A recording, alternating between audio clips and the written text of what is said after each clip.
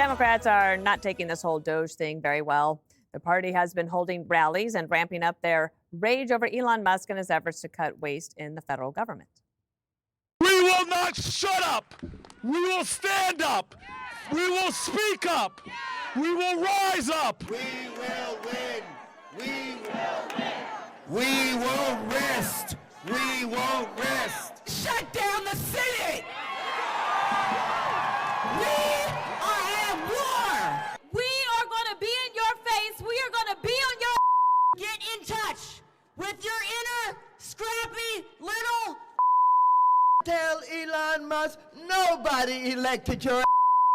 A Nazi Nepo baby, a godless, lawless billionaire.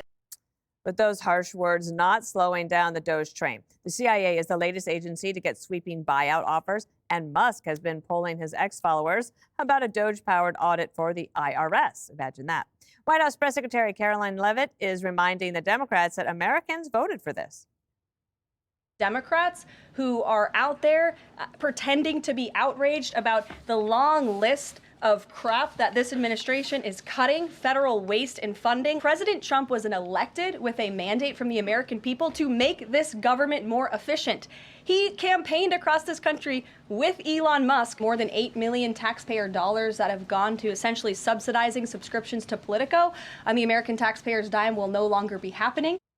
Jesse, this week has been a bunch of Democrats going to buildings demanding that they be let in, being told they don't have access, and then filming videos of themselves getting angry because they weren't let in. Yeah. You know, sex change surgeries in Guatemala for $2 million, not the hill I would die on if I were a Democrat. Dana, there's a theme here, and it looks like we're just trying to turn the world gay. $2 million for sex changes in Guatemala, gay rights in Jamaica, gay rights, trans rights in Uganda, gay rights, trans rights in the Western Balkans, in Vietnam, and South Africa. But the more you think about it, it's actually trying to exploit the divisions in other countries, to distract those other countries, to tear down traditional societies, to hurt the church, to hurt authority there. Because the main theme is you're basically just funding radical gay and trans rights movements in traditional societies. And what does that do to a traditional society? It makes them all hate each other and fight each other and distract them so the United States can come in and exploit those divisions. It's like when we found out that the Russians were using their bots to exploit the Black Lives Matter movement and the radical trans movement. Because what did we do? We just pointed our fingers at each other and we all hated each other. And then the Russians could use that for their own purposes. The money for Politico is a huge scandal. And I hope you roll your eyes because I have some facts. So they have this Politico Pro thing. It's $25,000 to $75,000 a year. This isn't like, you get access to the Wall Street Journal. This is a subscription that is asinine. And it only started getting paid for by the Biden administration. It was running along. A couple of people had it in the government. All of a sudden, Biden gets elected, $8 million a year. So Biden paid Politico $26 million over the last 4 years. For what? Okay, so I looked at what this is. You know what it is? It's for K Street lobbyists. Oh. It says, who at the FDA is in charge of regulation? Who at HHS do I need to contact? Here is their directory. Here is their contact information. So I can email them, take them out to dinner, and then know where the legislation's going so I could wax it in committee. It's not for people in the government. What do the people in the government need to know about what's going on in the government? They are the government. Why do they need to know what's going on with the Farm Bill? Maybe the guy at Agriculture can call the people in Congress, or Chad Pergram, what's going on with the Farm Bill. You don't need $1 million subscription for that. This is a payoff product, because when they started paying Politico, no one at Politico reported Biden was brain dead for 4 years. They tanked the laptop. If you pay all this money, didn't you think you might learn Biden was brain dead? They pay you not to do journalism. And they never even said that this was a conflict. They hid it, Jessica. Jessica, I'm going to have to turn it over to you for some commentary. So the way that this story was told was that USAID spent $8 million on Politico Pro, but they just said Politico. So that could just be the website that we all go on every day to see, you know, what they think about this morning's coffee clatch at the bottom of the hill, which is what it. Don't forget, they tell you. I do like that. I made it into that once, I think. But that's not true at all. So it's $8 million across the entire federal government. I think USAID, it was 44,000 that actually went to them.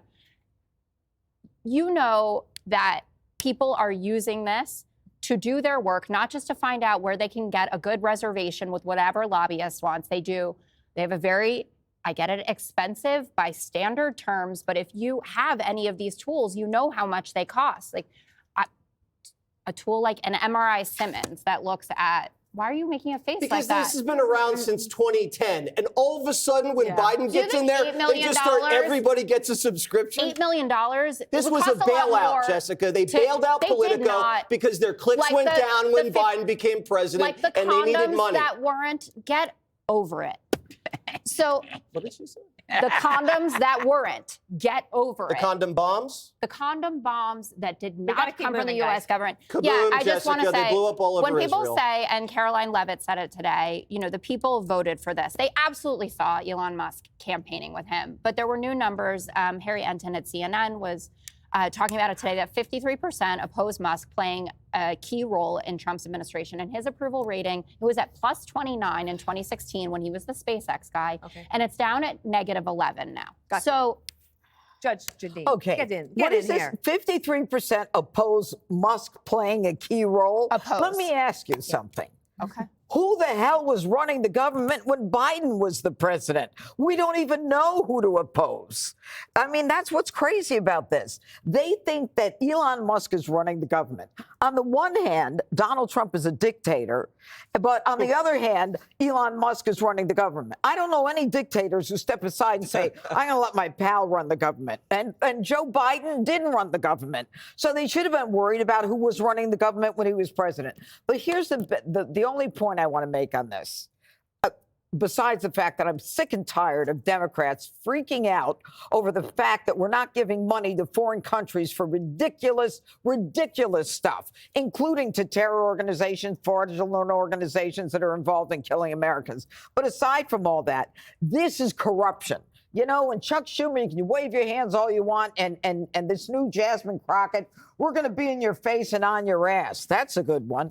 But there's got to be an investigation by the Department of Justice. Find out who is directing that money go to which country. And those ideas are not in alignment with American interests. Who directed that they be funded?